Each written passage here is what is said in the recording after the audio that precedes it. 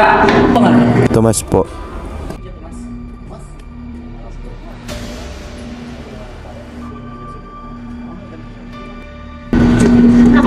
Tulungan niyo kami. May nag-recruit sa atin sa organization. May post. Please na anak. Pwede ko na lang. Sino po? Teacher ako sa tao. Ano yung power? Ginagawa niyo? Mga bata pa sila? At under pa sila ng RL 118? Bata sa kanila? Umayos ka. Susunod na may mag-recruit sa inyo na kayo. Huwag kayo sasama ha? Wala na. Thank you.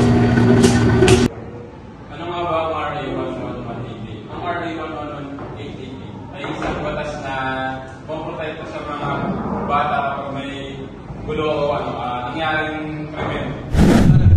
What's not allowed? The law strictly prohibits any harm to children in any situations of armed conflict.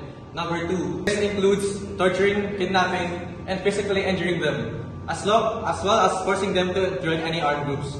It's also pretty illegal to deny children access to food, medical care, and humanitarian aid, as this can put their life into an even greater risk. The goal is to help the children and protect them and not use them as a violence or as a tool in a conflict of war. What's the government role?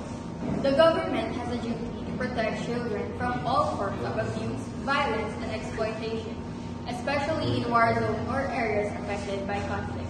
Holding people accountable to ensure justice, there are systems in place to monitor and report any violations against children. Those responsible for harming or exploiting children, such as groups, individuals, or even government forces, must face legal consequences. Children recover. Beyond protecting children, the law also focuses on rehabilitation and reintegration.